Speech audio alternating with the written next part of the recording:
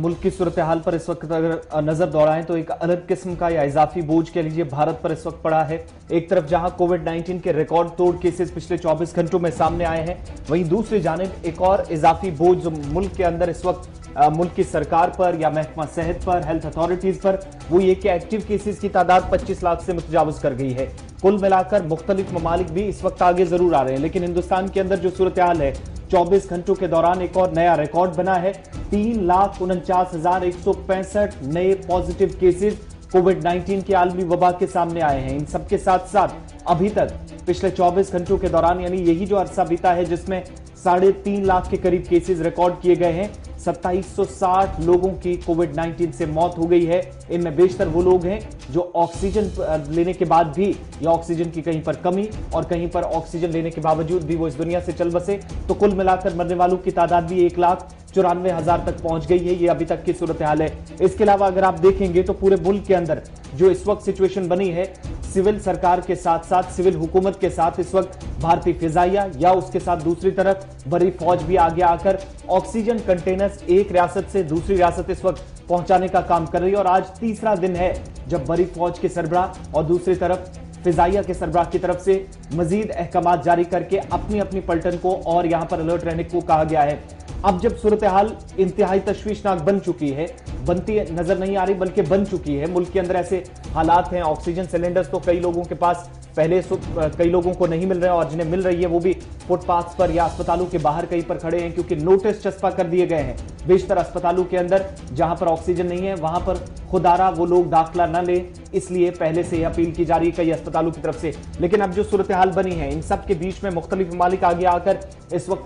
न सिर्फ ऑक्सीजन मुल्क के लिए भेज रहे हैं, जहां पर एक तरफ जर्मनी के साथ, मुत्तहिदा अरब अमारात के साथ, हांगकांग के साथ और दीगर कई ममालिक के साथ, जिनमें देर रात कुछ मजीद टैंकर्स भी भारत पहुंचे हैं ऑक्सीजन लेकर, जहाजों का इस्तेमाल करके इन टैंकर्स को पहुंचाया गया। दूसरी तरफ पड़ोसी मुल्क पाकिस्तान और चीन की तरफ से भी मदद की पेशकश की गई है और पाकिस्तान और चीन के अलावा रूस ने भी भारत को इमदाद की पेशकश करते हुए यह कहा है कि जो मौजूदा सूरत हाल है, पॉलिटिकल एक्सपर्ट्स हो या फिर कोविड-19 पर हालात पर नजर रखने वाले लोगों के साथ हम इस वक्त राब्ते में हैं और जैसे जैसे हालात मजीद बेहतर होंगे, ये मुल्क भी कोविड-19 की सूरत हाल से लड़ने के लिए भारत को इस वक्त इमदाद की पेशकश कर रहे हैं। पाकिस्तान के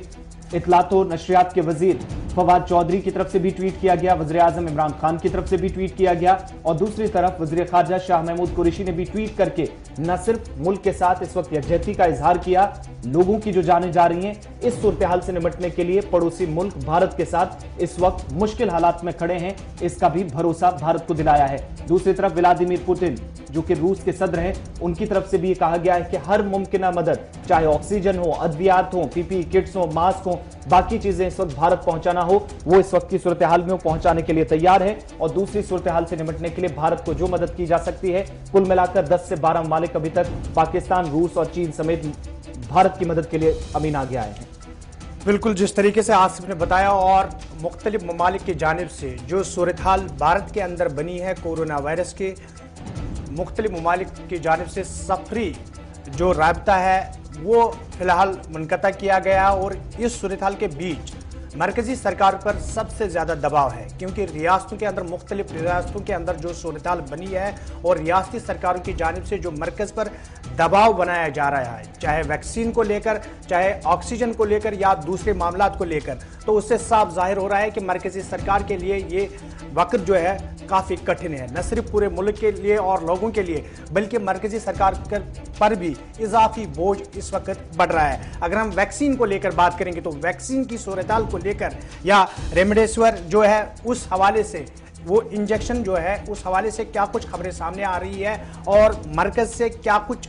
तलब किया जा रहा है रियासतों की जानिब से और मरकजी सरकार की जानिब से रियासतों को इस हवाले से क्या कुछ हिदायत दिए जा रहे हैं और किस तरीके से उन्हें ये फराहम किया जाएगा, आसिफ आपको बता देंगे और उसके बाद हम दूसरे इसी मामले को लेकर आगे बढ़े। देखिए, कुछ ममालिक की तरफ से ऑक्सीजन की जो किल्लत है उसको दूर करने के लिए भारत की मदद की जा रही है, लेकिन मुल्क के अंदर इसको तकसीम कैसे किया जाए, इस पर भी एक बड़ा चैलेंज सरकार के सामने था। और जहां पर महाराष्ट्र के अंदर 67,000 से ज्यादा केसेस, उत्तर प्रदेश के अंदर पिछले 24 घंटों में 37,000 से ज्यादा केसेस, दिल्ली के अंदर 30,000 के करीब केसेस जब दोबारा 24 घंटों में आए हैं, तो इन सब के बीच में जो इंजेक्शन को लेकर इस वक्त हाहाकार मुख्तलिफ रियासतों में मचा है, रेमडेसिविर की तकसीमकारी पर इस वक्त वक्त कैसे प्लान तरतीब दिया जाए। इस सिलसिले में मरकजी सरकार की तरफ से अब जो नए आदादोशुमार जारी किए गए हैं, इनमें कुल मिलाकर अभी तक महाराष्ट्र को 4,35,000 डोज आज सुबह तक पहुंचा दिए गए, जिसके लिए थोड़ी देर पहले उद्धव ठाकरे जो कि चीफ मिनिस्टर है महाराष्ट्र के, उनने मरकजी सरकार का इजहार तशक्कुर भी किया है।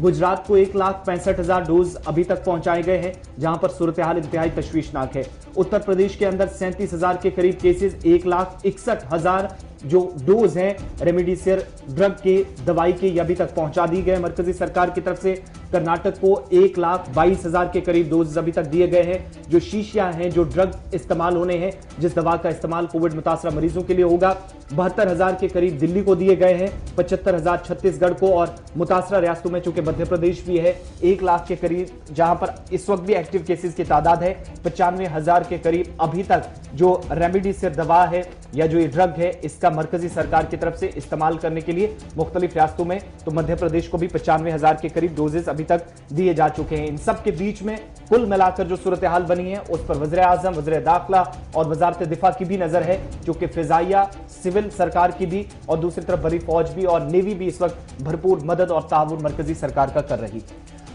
बिल्कुल, जिस तरीके से डिस्ट्रीब्यूशन को लेकर आसिफ ने बात की, लेकिन तकसीमकारी के हवाले से मुख्तलिफ रियासतों के अंदर नाराजगी भी पाई जा रही है, और रियासतों के सरबराहान की जानिब से ये बात की जा रही है कि मरकजी सरकार की जानिब से खुलकर बात नहीं कही जा रही है, मरकजी सरकार खुलकर सामने नहीं आ रही है कि उनके पास वाज़ह पॉलिसी क्या है, किस तरीके का लाएअमल मरतब दिया गया है। सभी रियासतों की जानिब से, जहां एक तरफ से मरकजी सरकार की ये कोशिश